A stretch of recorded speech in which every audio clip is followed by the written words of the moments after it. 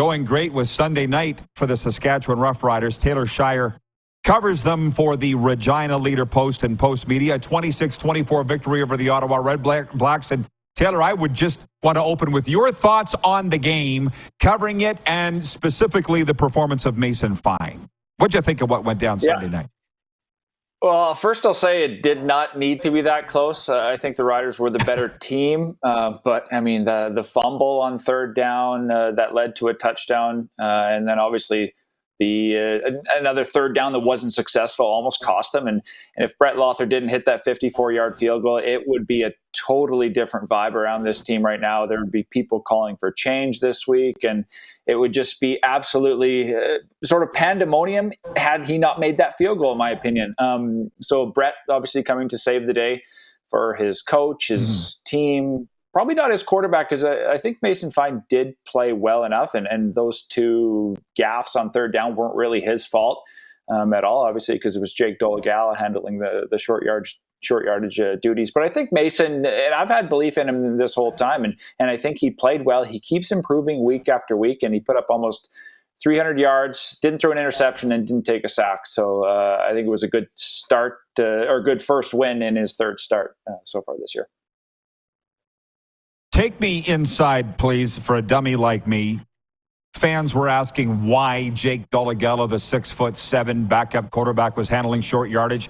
In the past, they'd had Shea Pedersen doing that. Is Pedersen even on the roster? Do they have three quarterbacks on the roster? Why did they have the giant in there moving away from what they normally have done? Well, they started the season with Shea Pedersen as the short yardage. Trevor Harris was the starter, obviously, and Mason was the backup. And then when Dolegala came onto the roster, Shea Pedersen was unsuccessful in a couple of different third down gambles in short yardage. So then they made the move to Dolegala a few weeks ago. He's 6'7". He can basically grab the ball and sort of reach over, and that's kind of what their thought was. So for the last couple of games, they've used him, Dolegala, as the short yardage quarterback. It hasn't really been all too successful, though, and especially those two third down gaffes almost cost them last game. So I think they might go back to Pedersen, or maybe even they keep Mason Fine in there. We did see one of the short yardage 3rd and 1 plays on Sunday where Mason Fine just stayed in the game and kept the ball, and then it didn't allow Ottawa to bring in their big guys to then stack the box. So they kept Mason in there and just did a quick third down sneak with him. So I think that's what we'll see on Friday is keeping Mason Fine in there on third down, but you never know if they will go back to Shea Pedersen, who that was kind of his bread and butter and why he made the team initially out of training camp was to handle short yardage. That's what I thought. And so I wasn't in the news conference room with Craig Dickinson. Tell me, because both coaches had to answer questions about decisions on third down. Was Craig Dickinson saying, hey, we're lucky to get that one? Or is he steadfastly not making any apologies for the way that game went down and ended? He said it shouldn't have been that close. And I don't know if they were lucky.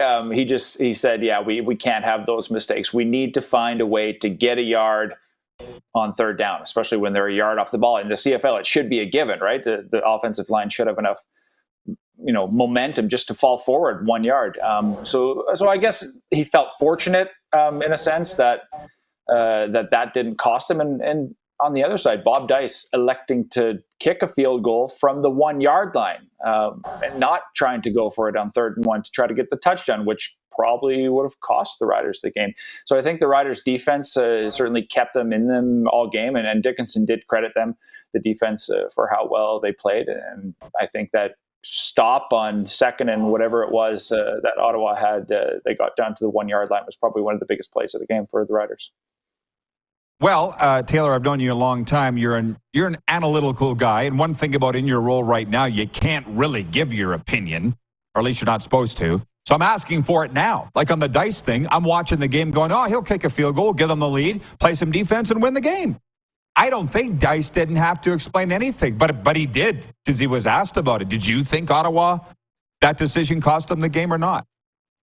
No, I wasn't surprised that they kicked the field goal. And Dice did say after the game he had confidence in his defense, that he was going to take the lead. And if they don't get in from the 1 yard line, that's a pretty tough spot to be in, where you could have taken the lead. So I think anytime you can take the lead, yeah, exactly. Anytime you can take the lead is a good thing. But what Dice said after the game, he was mad at himself for allowing his kicker on the kickoff to kick it to Mario Alford. He said in hindsight, he should have kicked it to the other side, because Alford went up and put a 37-yard kick return on that play, and then Mason Fine got, I think, 14 more yards to set up the 54-yard field goal. So Dice, after the game, was sort of upset with himself that he didn't kick it to the other side of the field, out of the hands of Alford, or even maybe squib the kick, like we've seen in the past with time winding down. So I don't know. It's a tough spot to be in for Dice. I don't think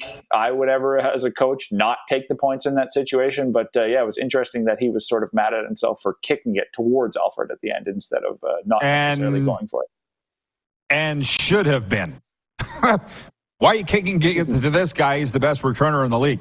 So that. But as far as kicking the field goal, no, I don't have an issue with that at all. And to be honest, Taylor, I mean, I was there all long weekend. I got the sense of Rider fans, as neurotic as they are, they should be pretty happy that Mason Fine won the game. They proved they could beat a quality opponent without Trevor Harris. They should be happy this week, and I don't know if they are or not.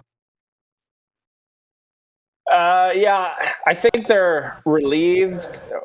I don't know if happy's quite the word yet. Obviously, they're 4-4 now, so they're content with that. But it's going to be a tough test this week. It's a short week. They got to go into Montreal and face a very motivated quarterback in Cody Fajardo. So I think there's almost no time to be happy quite yet after beating Ottawa on Sunday, because it's a quick turnaround to face Fajardo and the Alouettes on Friday. But Herb Zurkowski from the Post Media as well said that Cody Fajardo was not at practice today for the Alouettes. He took a big shot on the weekend in their game. So we'll have to monitor if Cody's even healthy enough to play this week. I imagine being at day one of practice, he's taken the day off, but you never know. It was sort of a left shoulder or underneath kind of his pec area type of injury that he was holding on the weekend. So non-throwing arm.